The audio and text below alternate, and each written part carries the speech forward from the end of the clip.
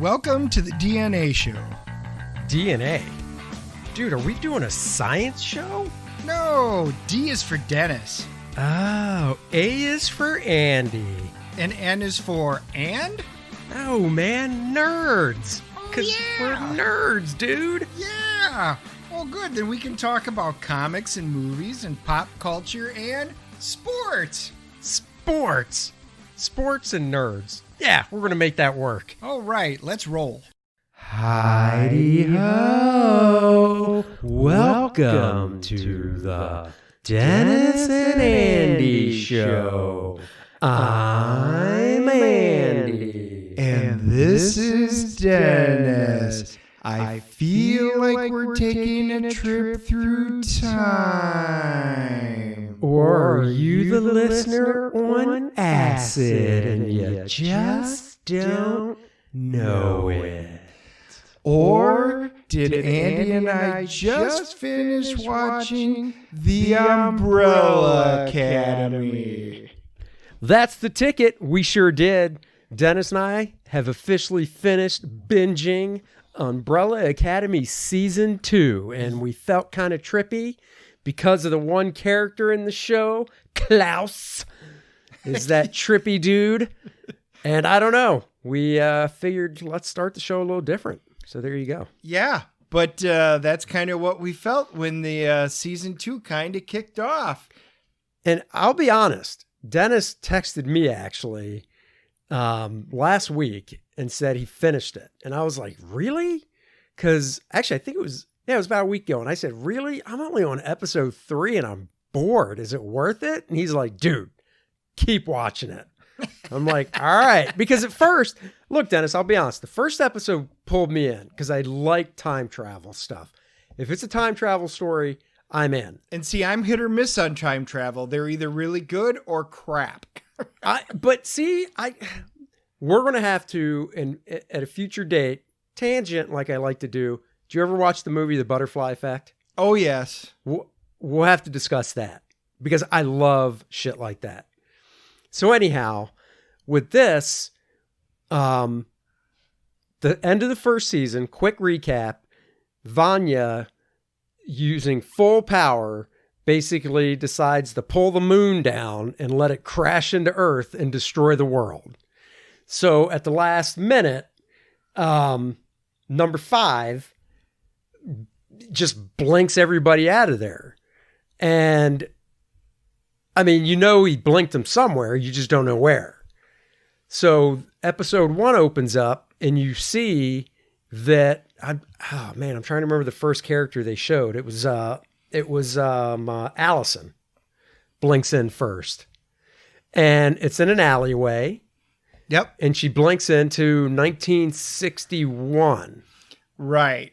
So you're like, oh. So we know when they're going. So we assume they're all blinking in. Right. And then what happens? And then she's like, where's everybody else? And cutscene. You see somebody else blinking. Same alley. Yep. Same. It's almost Terminator-esque because there's the portal in the sky that they set up for number 5 for a special effect. And I know I'm going to get the order wrong because it's been 13 episodes. Do you remember who the second one was? I don't remember because it's been long enough. But the second person ports in, and then all of a sudden you're like, oh, but that's it's 62, and it's 1962. Yes. And then, I want to say, so two people. Wait, Diego? Maybe? I don't remember. God, I just don't remember. It's been 13 episodes, but the gist of it is all of them port in for the most part at different times, not with each other. So they all feel like they're alone and by themselves. Right. Because the last one I do remember was Luther. Yes. Luther was the last. And he was 63. Well, no, technically the last one was number 5. Yeah. Number 5 was the last one to come in. So not counting number 5, Luther pops down in 63, and then some point later in the day, you just don't know. Yeah, later in the day for sure, number 5 pops down.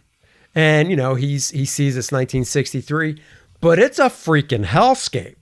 It is like it's literally World War III going Yes. on out there. And he sees like the street, and this is in Texas. Can't leave that out. They pop into Texas.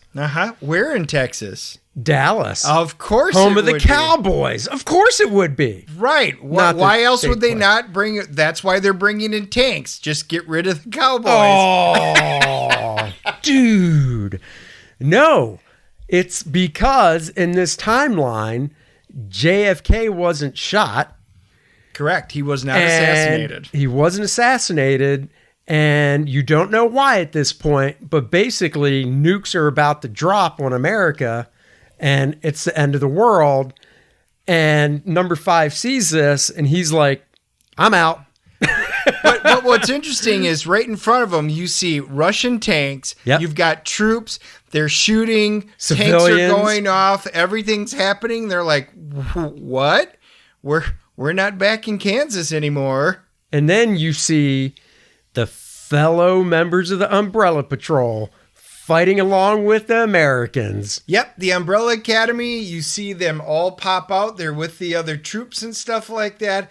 They start doing awesome. They're incredibly cool things. Yeah, Their Allison's powers. like, I heard a rumor. And, Luther, of course, Gorilla Man there, he's by far my favorite character. Just visually what they do with him is just... It's cool. He's so cool. It's just throwing stuff, beating people up. Diego's taking people out.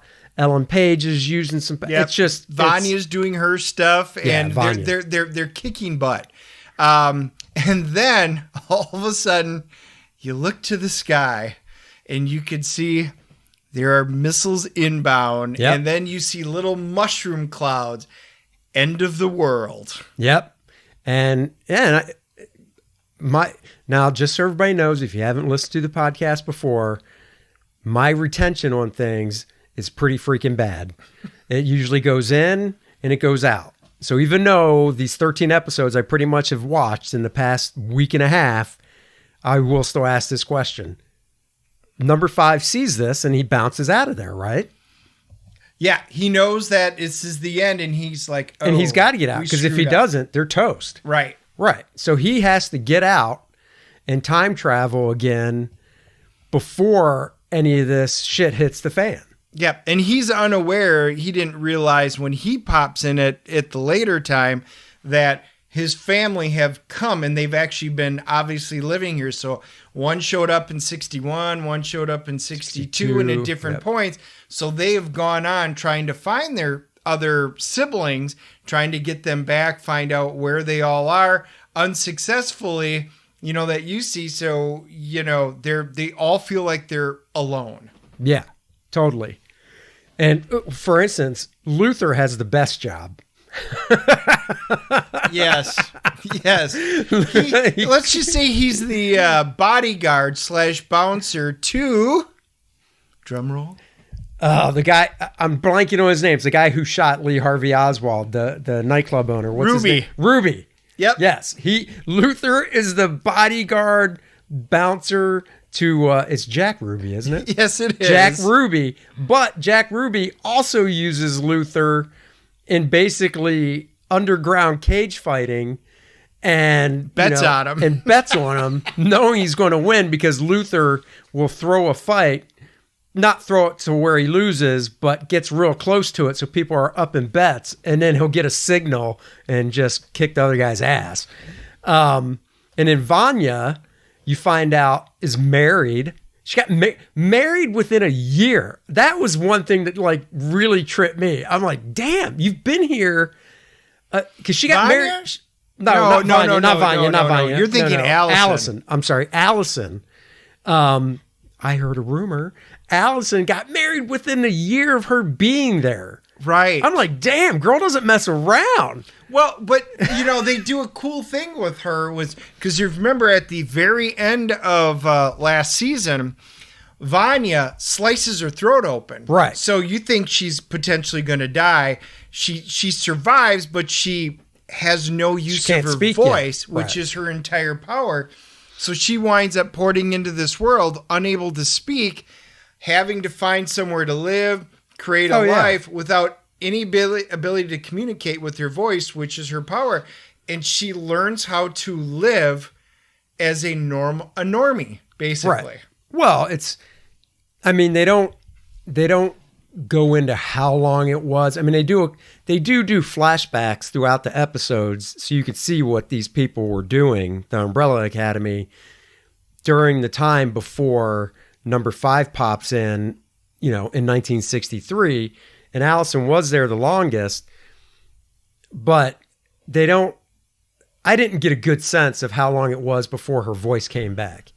Because they set it up where she ends up working in a beauty parlor, beauty salon, black owned because it's 1961. Right. And she runs in there because she's being chased. Right. And she runs in there because she was being chased by some guys, and, they take her in, and then they kind of time jump it. So you don't know how long it's been, but she eventually gets asked out by this guy, and a guy fighting for civil rights and stuff. But you don't know how long, I'm just guessing it's been a few months, and her voice healed, but she's just, even though she has a power, she's just like, what's the point? I'm stuck in night. She thinks, like all of them, she's the only one there. She doesn't know that Luther is in Dallas as well. Yeah. She thinks 5 screwed up and sent her somewhere, and she's by herself. Well, and the fact is, she was the first one to get there. Excuse me. The next don't show up until 62, and it is a couple of them at separate times. So like Dennis said, she has no idea. So then Vanya, when she gets there, which I believe is in 62, she gets hit by a car. Yeah. She's all discombobulated anyhow from the time travel. And she gets amnesia. She can't remember anything. She stumbles out into traffic and doesn't obviously get fatally hit, but gets hit by a car and taken in by the family, and basically becomes a nanny and has no idea about anything. She can't remember anything. Diego does remember. So when Diego pops in, he actually walks on the street, finds a newspaper, sees what day it is, and is like, oh my God, I can prevent JFK's assassination. Yep. And focuses on that. And focuses on it, and ends up in a psycho ward. So his hair's all long and straggly. Yep. Klaus, Klaus's character is just awesome. I didn't like him as much in the first season. I didn't either, but on this one, he's hilarious. Oh, he winds up being a cult leader. And he pulls crap from he pulls stuff from like the 80s and stuff. From music. He pulls stuff from music. He's this poetic, charismatic leader. And he just starts spouting off people's songs. They're like, oh that's God. So amazing. How did you come up with this? It just comes to me. It just comes to me. And he has a cult following. He's got a mansion. I mean, he totally worked. And, his hair is longer. He totally has like a Jesus vibe going on. And he's a skinny dude in the first place. So, and it's, it's a hippie type era. So he's totally rocking it. He still sees Ben, the deceased brother, as a vision, whatever you want to call it, walking around. He's a spirit. He really is. Yeah. Kate Walsh is back as the handler, who they do. I gotta admit, I didn't realize it was Kate Walsh. Oh, because of the makeup job, and not makeup as in like they don't do prosthetics on her face or anything. It's just her hair. Right. Because when you see her, because I'm looking at her and I'm like, God, why is she so familiar? So I went to IMDb. I'm like, Kate Walsh. And I'm like, oh my God, her look is totally changed just with her hairstyle, because she has like totally white hair when she's the handler, and it's usually up, and the outfit she wears and stuff. And I got to be honest, I almost think they because she's an attractive actress, but I think they play it down some. I don't think she's as attractive in the character as the handler as she is as Kate Walsh in real life. No, but she's almost, the way they do her, in my opinion, is, and I agree with you, she's far prettier in real life. But they do her up almost like, you could almost say like a comic book character. Yeah. Because oh yeah. her hair is really white. Her clothes are over the top. Oh yeah. They put her in makeup and stuff where it isn't that she's unattractive, but they literally set her up like she's almost cartoony in a way. Yeah. And she plays the role and there's no depth to her. And on purpose. I mean, she's got all these schemes and she does this, but she's very much to me like a cartoon character. Yeah, that's true.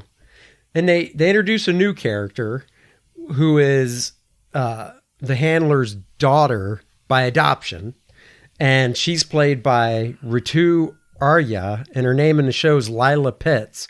And she's just a badass. Yeah. You know, she's a petite woman. You're trying to figure out how is that she comes from that there's no way they're related. You're just going, well, they show the origin of it. Right, eventually. Right. But at the beginning, when you find out they're related, you're like, wow, they're on opposite ends of the spectrum in every conceivable way.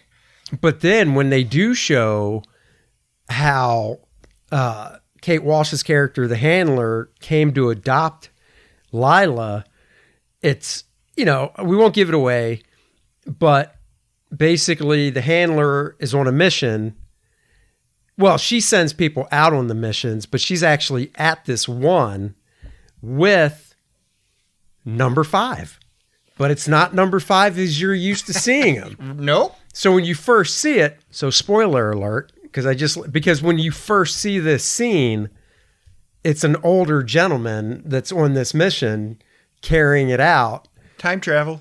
And you don't realize that it's number 5 until later in the season.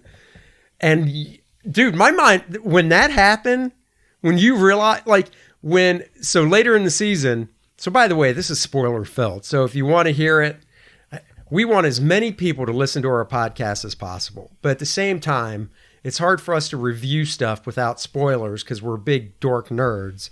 So please keep listening. But if you haven't watched it yet and you don't want to hear spoilers, you might want to come back to it after you watch the season. Yeah, we try not to spoil the endings and stuff, but you can't help but spoil stuff along the way, especially in a season like this. And we'll jump around a lot, as in, you know, they have to, one of the big, the overarching plot is to stop the end of the world from the nukes that number 5 saw. So number 5, step 1, number 5 time travels from when the nukes are going to hit to 1963, a week before, 7 days before JFK's assassination, and he now has to get the team, the Umbrella Academy, back together. Find them, convince them. And I don't even think he knows they're all in Dallas.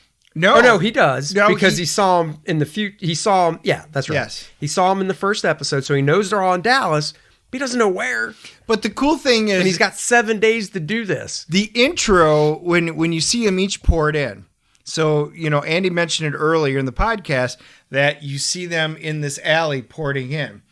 What you find out is you see a flash. Yep. And there is a gentleman who is a scientist, nerd kind of guy who realizes something's going on and sets up like this camera and all this equipment there in the alley. And over the period of these few years, he's able to record and take a picture of every single one of them that winds up arriving into, you know, this particular alternate reality. Yeah. And he becomes very important for a while into the show. And that's how that 5 is able to find out, oh, all my siblings are there. What do you know? What can we do? Yeah, exactly. And I'm looking at the IMDb. His name was Leonard, right? In the show. Wasn't his name Leonard? This picture doesn't look like the guy, though. Oh, see, I was thinking it was Hazel. Oh, no, it is. It's John, the actor's John Magaro. His IMDb picture, he has a beard, but I'm pretty sure that's him. Oh, yeah, that's the guy. That's Leonard, yeah. So Leonard's the guy that's taking all the pictures when they pop into the alley. So number 5 notices the flash and all that and basically goes in to meet the guy. and uses him to try and track down the other members of the Umbrella Academy. But he just doesn't. I love number 5 because he's a 58-year-old man in the teenage body. Yes. So he's a little wise ass. And once again, in the first season, I wasn't that fond of him. But I've grown to love the guy because the kid does such a great acting job. He's just like a no bullshit, no F around type. Like, man, I don't have time for this shit. You know? And he's a badass fighter. So they have to stop the end of the world by preventing not preventing JFK's assassination, which means, you know, they have to meet up with their dad, who obviously knows nothing about these guys because they don't come around until 1989. They have to convince Diego not to stop the assassination. They have to then also figure out how to time jump back to the day before Vanya brings the moon down on him in 2019 from season 1. And when they find Vanya, they don't realize she has amnesia, so they also have to hope that they can talk her out of being cuckoo for Cocoa Puffs with her powers, which is easier, of course, because she has amnesia. Right. That's the one easy thing. But getting back to the number 5 remembers that in 1963, he actually was sent on a mission from the handler to 1963 before JFK's assassination, and realizes he needs to meet up with himself to get the briefcase that they need to travel through time. Yes.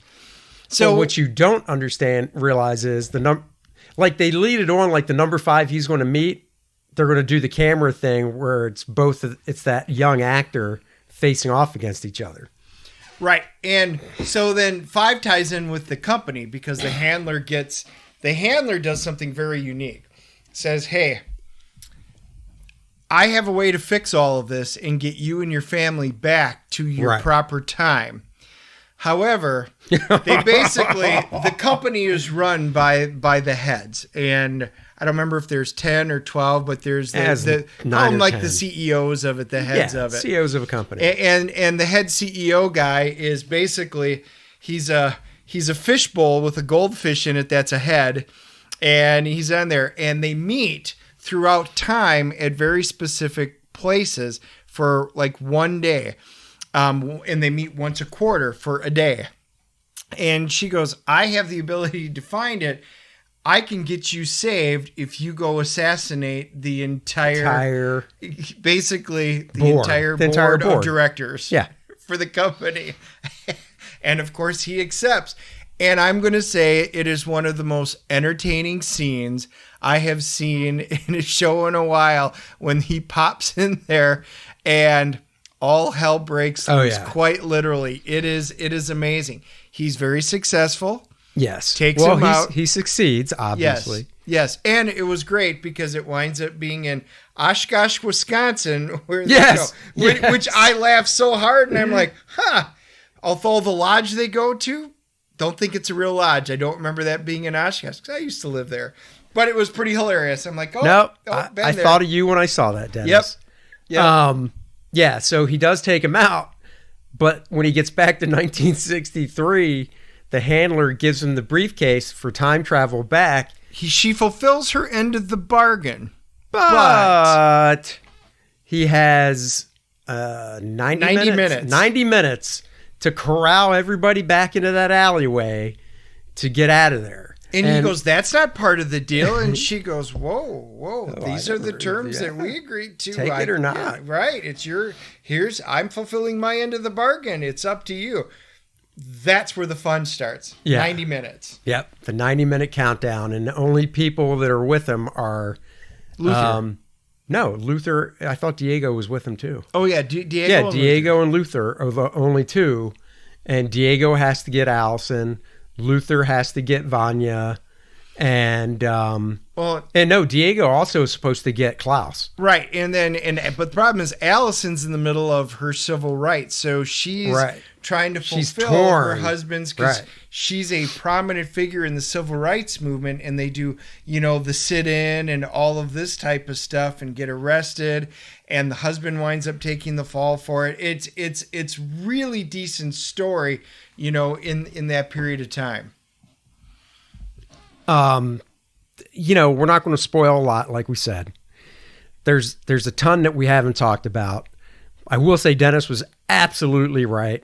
The first episode I enjoyed. The second episode, I was just kind of getting the feeling of, oh my God, is this going to be about, we can't save the world, we have to get back. And it just seemed kind of slow, but it definitely picked up like a freight train. And once it got going, I'm the type that it was like, end of episode, start next episode. What time is it? I can do one more. I can do Click. one more. I can do one I'm telling more. you. And then the ending. We're not going to spoil the ending, because the ending is awesome.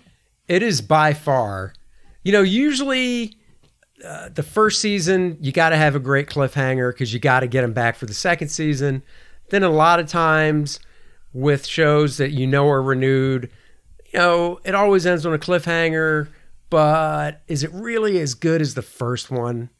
Nah. But this cliffhanger is by far better than the first season's cliffhanger. Like, the first season's cliffhanger, I don't even know if it was renewed yet at the time. Yeah, I don't remember if it was renewed yet, but I can honestly say after the first season cliffhanger, I was on the fence. I wasn't. Most shows, after they end cliffhanger, I'm all about, damn it, why can't this start up again next month, not a year from now? But at the end of the first season of Umbrella Academy, I was satisfied. I was like, you know what? I don't think it was renewed yet, because I think my thought was I was satisfied. I liked it. If it doesn't get renewed, I'm not heartbroken. Because I don't think it. I'm going to say another reason I don't think it was renewed yet is because of the way it ended. It gave it closure as well. There was. Whereas season 2 does not end with closure. No. And we know there's a season 3. Season 1 ended, and it was a good season. I enjoyed it. It said, I was kind of on the same way with you, on the fence. I was like, I enjoyed this. If season 2 gets better, I think this could be a hit. If it stays the same, I'll probably watch it. It was enjoyable. Season 2 blew the doors off. I mean, and when that ending hits and you see the cliffhanger, I got goosebumps. I'm like, oh my God. Now I want season 3 right now. Oh, right now. This is that I'm at that point. Season 2 was so enjoyable. I really want season 3 to pick up right now. Oh, yeah. And we can't. Because they, the only thing we'll tell you is, and we said this before, their goal is they have to time travel back to the day before Vanya loses her shit and decides to bring the moon down onto the planet Earth and destroy the planet. So they get back the day before that happens thinking, all right, we're back. Vanya's not crazy. Let's move on like nothing happened. Yep. And then cliffhanger. Yep. So, all right. On our comic book scale, I'm going to give this season, so we don't want to do the whole thing. This season, I'm giving it a 9.6. I'm giving it about as good as I can give it. I thought it was fantastic. Episode 2 was a little slow, but it was exposition, and I was kind of there with Andy on it. But, number 1 was fantastic, and then it just went from there. I enjoyed what they did with all of the characters. I thought the characterizations were great. The acting was great. The fighting was phenomenal. The additional characters. This was a phenomenal season. 9.6. I'm going to have to go with a 9 flat. Because you're pushing 9.6 is pushing like almost perfect. I can't go that high. I go 9 flat because it did start a little slow. But once again, I mean, a 9 rating is super high, so it's not like I'm calling it crap. I thought it was really good. One of the big things, I thought Klaus's character was so much better in this, because he took on that, I'm a cult leader, and he really he nailed it. He nailed it. He really flourished in it because once again, he thought he was going to be stuck in time. So he's like, I might as well make the most of it. So he became a con man, basically. I thought Tom Hopper as Luther was once again just fantastic. And I thought they really brought that character out of the shell, because in the first season, he had his family to rely on. But in this season, remember, he gets blasted back to 1963 thinking he's by himself. And even though he's not there for a super long time, like Allison was a couple years, he still thinks he's by himself and has to make a way for himself. And I think it kind of, I could be wrong. I don't remember the first season well enough, but the sense I've got of Luther in the first season was he was in a shell. Yeah. Because he didn't like the way he looked. He thought, obviously when he's wearing clothes, you just look at him and go, well, that dude works out. I mean, he's felt in the first season, I felt like he needed to call the suicide hotline. Right. He was a dumpy little bitch in the first season. Yes. Exactly. In this one, he found himself. In this season, he found himself. He learned to live with himself. He was happier. Like, he was joking. And his sense of humor was so dry that it cracked me up. So that was great. I did not like Vanya in the first season at all. So that I couldn't stand her. We had talked about this after first season. I thought she was the weakest link in first season by far, but she's also the biggest name on there, which is what's funny. Her character was flat. I thought her acting was kind of flat in the first one. She was not the most memorable character, and I'm like, well, everybody else is so good, and they had an interesting setup for her in here. And once again, though, she was, to me, the weak point in season 2. She was pretty weak. I agree, but I liked her better.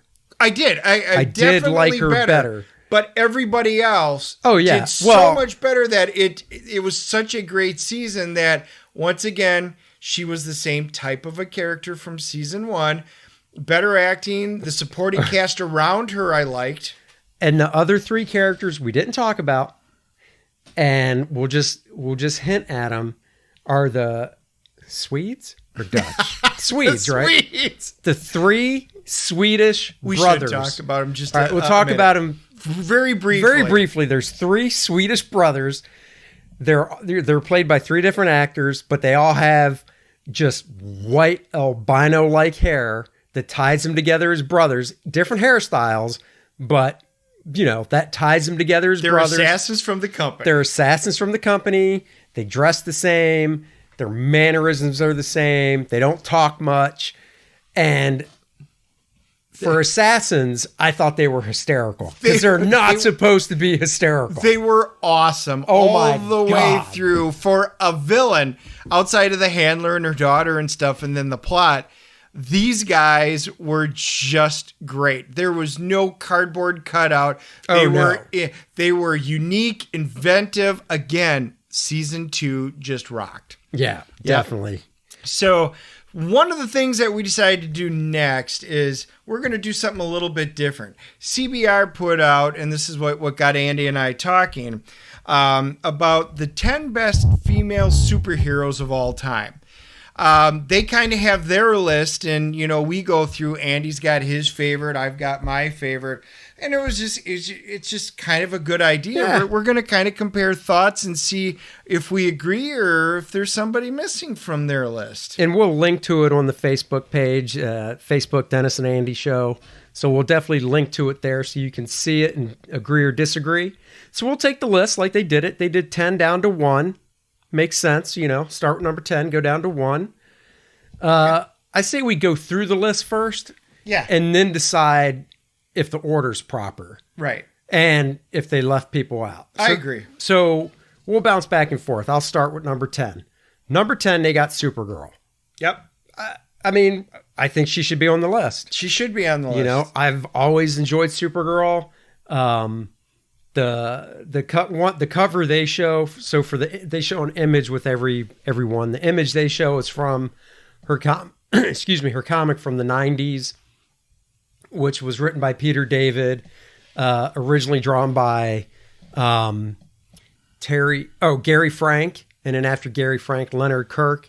I enjoyed that series. I have the original trade paperback. So there's so many iterations of her because she's such like Superman. She's such an old character that there's just so many iterations of her. She's got staying power. It's a good character. I think she should be on the list. I liked her comic when she had it briefly in the 70s. I like that version too. Didn't really like the 80s one that much. Yep. But so she's 10. Yep. Number 9 is Black Widow from the Marvel side.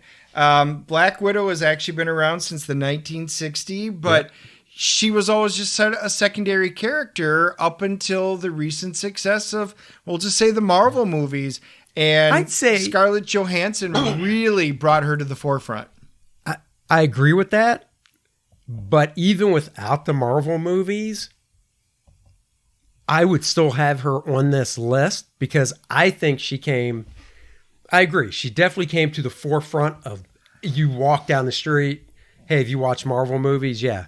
Black Widow. Oh, hell yeah. Scarlett Johansson. People know who she is. But I think she got a real big boost in the comics with Daredevil, Frank Miller in the 80s. Oh, absolutely. When he brought her in, because like Dennis said, she was introduced in the 60s, but in the 80s, when Frank Miller took over writing and drawing Daredevil, he started off as the artist, but a few issues in, they let him start writing it, and he brought Black Widow to the forefront. She was a redhead.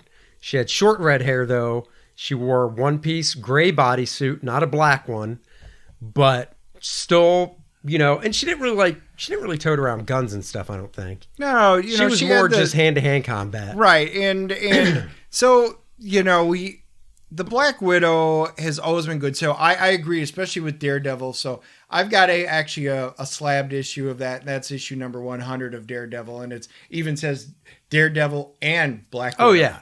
And she was cool. She dealt a lot with Shield agent, right. The Red Room, was she a secret agent or a double agent? And she did and I did say in the Frank Miller stuff, Daredevil was a gray outfit, but she did wear, when she was first introduced, black. Right. So that she was pretty dead on in Iron Man 2 when they introduced her, Scarlett Johansson with the long curly red hair and her stingers and, the leather costume that was, for some reason, I don't mind showing cleavage, even though I'm an assassin and, fighting wise, you think it would be zipped all the way up. It gets hot. Yep. I get it. So, they picked the cover from a Marvel Knights Black Widow run that came out, and it was drawn by Sean Phillips and Bill Sienkiewicz. Richard, I can't make out the writer's name. It's a small JPEG, but I actually do have that run. So, yeah, she should definitely be on the list. Yep. All right, number 8, She-Hulk. Of course, she has to be on the list. I've got She-Hulk number 1. Yes. The first number 1 by John Buscema, where she's on the cover in just ripped white outfit, whatever the hell she was wearing. And growing tall. I do love, though, how even when she was first introduced in the 70s, so when Bruce Banner's introduced, he goes from skinny geek to hulking, big, over-muscled dude. Yep. Now, even when Jack Kirby drew him, he was still a bigger guy. He wasn't as muscled as he is now, right. But he was a bigger dude. Right. Whereas when She-Hulk was introduced, she just went from basically average-looking woman to hot-looking woman. Not muscled-looking woman. The only thing that grew on her were her hips and her boobs. Other than that, she got muscle. She did not gain lots of muscle.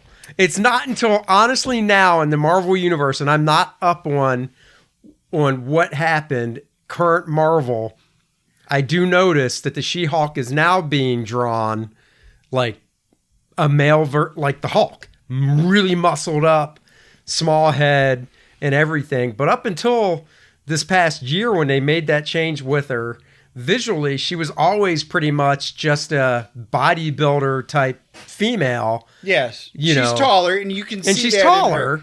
But for me, when John Byrne started drawing... Oh, that was the best. It was down... He knew how to draw her to the way where you want to talk about sex appeal. He could draw that, Oh, yeah. in that famous cover where... on the cover she where threatens to rip the book. Yes. It is. There's just... He drew her so well, and you would think, oh, she got a transfusion from Bruce, and yeah, that wouldn't make a lot of sense. But you know what? She's always been a great character, and they've she's always said fantastic. she's a lawyer and she's smart. She retains her brains when she hulks out and stuff like that. She has been a fun and enjoyable character since she came out. You know who the casting rumor is, don't you? For I don't know, who is it right now? Oh, you haven't heard this? I just read this in the past week. Allison Brie.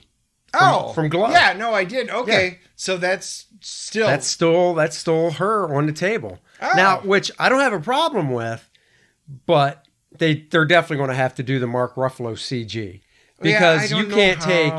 And I'm watching her in Glow right now, Right, so I can and- see she's built like Jennifer. She's built like Jennifer. Yeah, I would agree when with she's that. not She-Hulk perfectly, but when they do the She-Hulk part, the good thing with She-Hulk is they can actually save on CG because there are women out there, female, bodybuilders that are built like She-Hulk is Yes. in the comics. So they could actually cast somebody and do a little computer stuff for the actors for the actor's face Like- and save a lot of money on a CG body. Like Lou Ferrigno. Yeah, they could literally do that for her. Yeah. And just green paint her up and Yeah. whatever, and it would That'll work be fine. interesting to see what they So do. yeah, that's curious. All right, moving on. Number 7, The Wasp. I mean, it's almost like we're running out of characters. I know. and it's only a list of 10. And you can't be running out of characters. Janet Van Dyne she really was the first I was going to say she was female the Avenger. first. Yeah. And for Avengers. No, because right. Sue Storm really is. Sue Storm she's gonna was be on around. this list because she's the mother of the Marvel Universe, basically. She is. So, yeah, I mean, Yeah, I can see it because Wasp was important, particularly early on, with Hank Pym and doing with it. She was involved in a lot of the stories, particularly the stories I always liked them from the 70s and 80s and stuff like that. But, anyway, she's number 7 on their list. Yeah, I don't get it.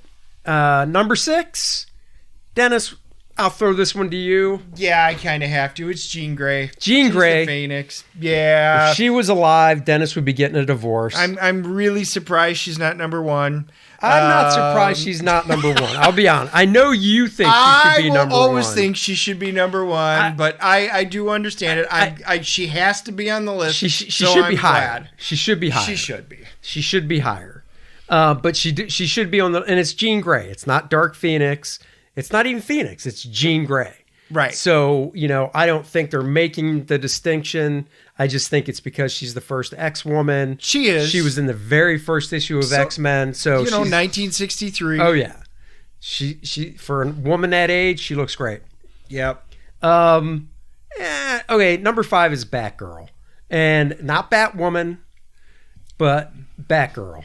And, well, even back in the TV show, Batman 66, she was Batgirl. Right. Barbara Gordon has been around for a long time.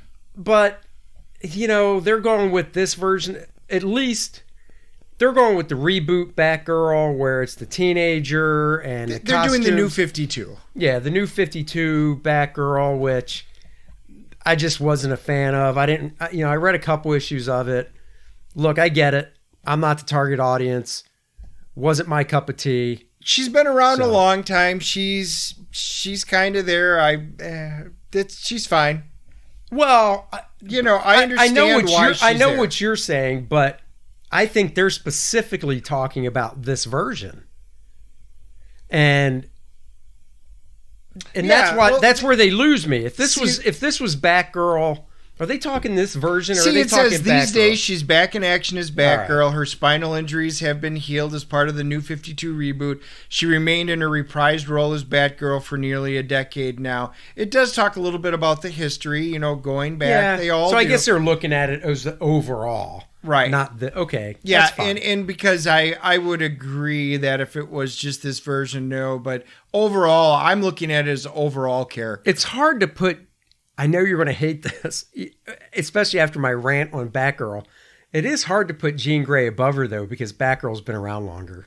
Well, right, and you can't just look at longevity. No, I agree. I mean, know- Jean Grey, I think, has had more of a impact on comics.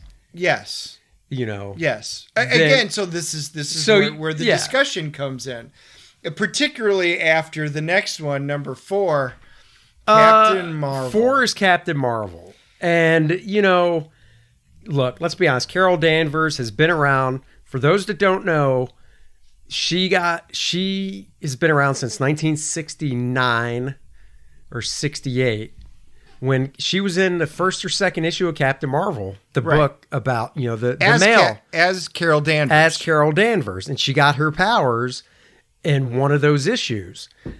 She didn't use them for a long time because I don't think they even knew what they were doing at that time. It's just the way they wrote the story back then. She was in this location when she shouldn't have been. Boom, something happens, she gets powers, and then they figure, hey, we can use this down the road. Right.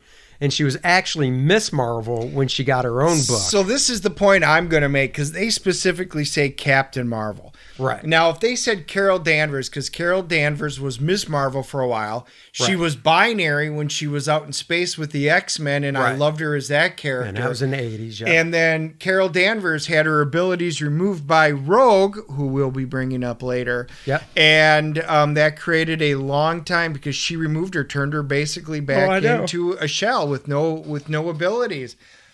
Captain Marvel has only become popular recently because Marvel's really been trying to force her back in, because in order for Marvel to retain the rights of the name Captain Marvel, they need to do a book, and she needs to be in a movie. Otherwise, it goes back to this old fight we were talking about in a previous podcast with DC and Marvel because of Shazam. Because Right. Shazam really was the original Captain Marvel, yep. but the trademark's there.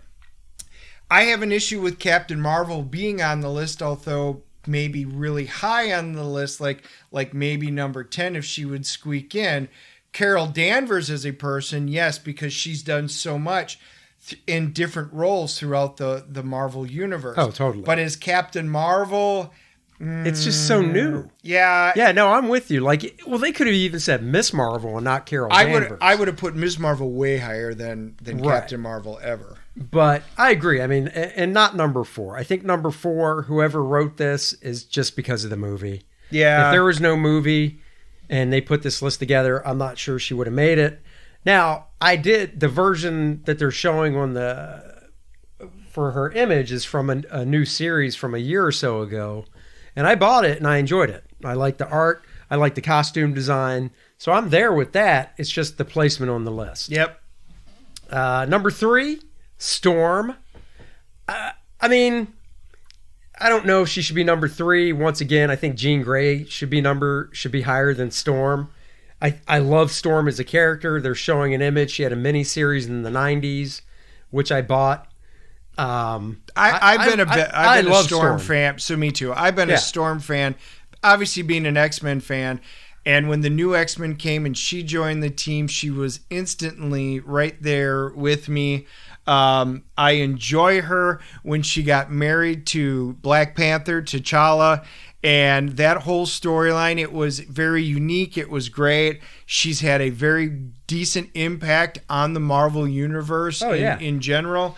You know, I could see it. I love her as a character. I just don't know if number 3 is the right spot for her.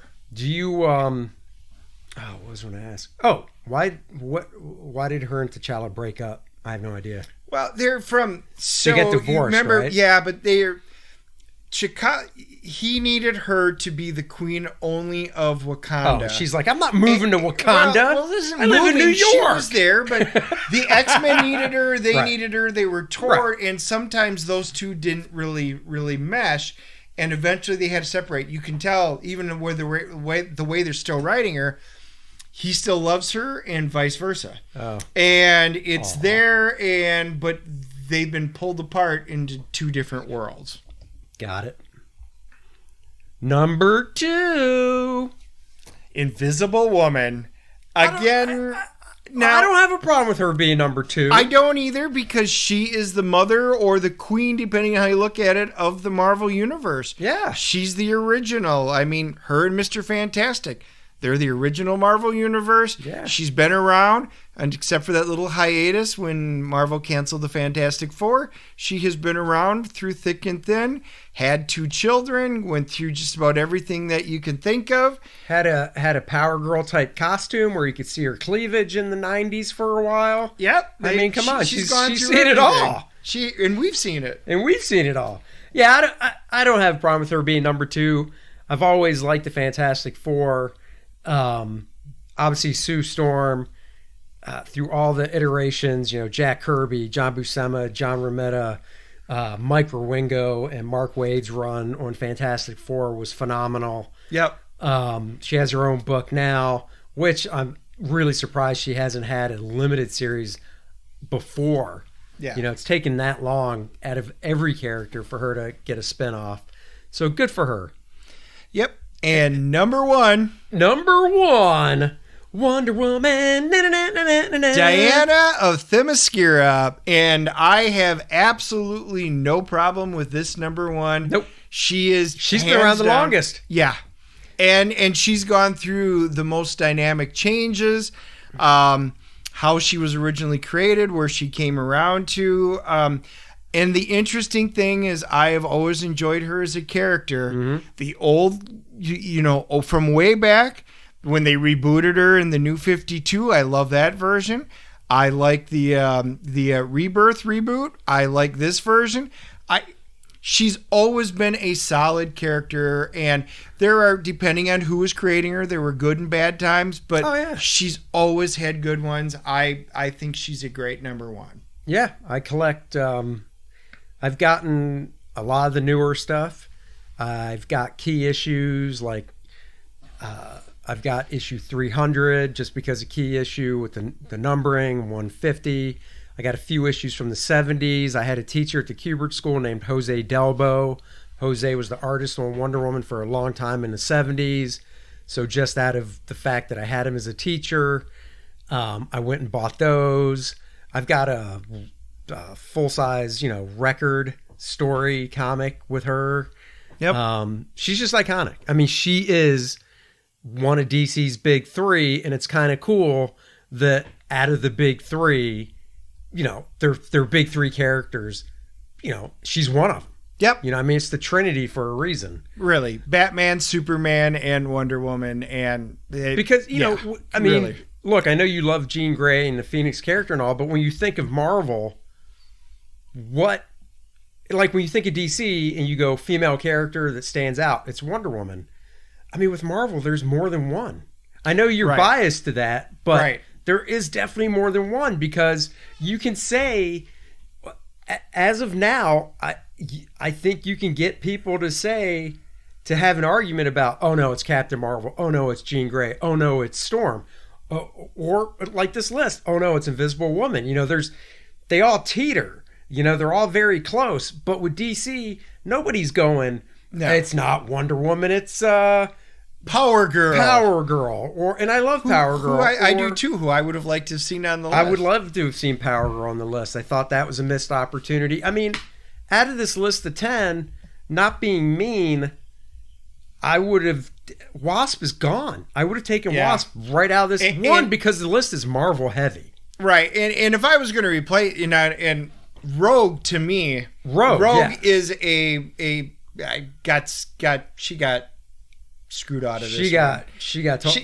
Rogue is so important in so many parts of the Marvel universe, especially in the X-Men part of the universe. But she is the one who took the powers from Carol Danvers, and that's been an ongoing story. She's done so many things, even on the solo side. She needed to be on the list. Definitely. If I was going to take people off this list, it would be to replace them with, whether it be Rogue or Power Girl. There's only 2 that I can look at on this list I would toss, and it's Wasp and Black Widow. Yeah, those are the 2, and nothing against Black Widow. From a movie standpoint, she's phenomenal. And even though her status has been raised in the comics because of more, I believe, of what happened in the 80s, I don't see her as that important of a role in the overall Marvel comic book universe compared to like a Rogue character. Right. And Power Girl has been around in DC since the early 70s. Yeah. Yep, I agree. And I think Power Girl, while in Captain Marvel, I probably would have moved her farther, heavier on the list, maybe to 9 or 10 or something like that. Maybe if it was Carol Danvers, but I guess I don't have a huge problem with the list, just a couple of omissions or changes. But I think we all agree Wonder Woman should be number 1. Oh yeah, Wonder Woman by far. And if anybody disagrees with that, just put it on our Facebook and tell us who you would change and either add or remove from the list. And we'll fight you over it. Yeah, maybe. I'll give you Dennis's address. I'll show up with some popcorn. and videotape and it we'll all. Throw down. Videotape it? Wow, that kind of dates it. That's right. Video it. Get your cell phone out, damn it. I know, right? All right, guys. Well, that's another episode of the Dennis and Andy Show. You can always check us out on Facebook, Dennis and Andy Show on Facebook. And we're also on iTunes, and if you're following us either SoundCloud, iTunes, you can use your Alexa, your device at home from Amazon, and you can listen to us right on there. So until next time, we'll see you. Bye-bye. Bye-bye. Until next week, grab your 3D glasses. Get your favorite comic books, roll them up, and put them in your back pocket the way you should treat comics. Throw your pigskin up on the mantle. This is Dennis. This is Andy. Later friends.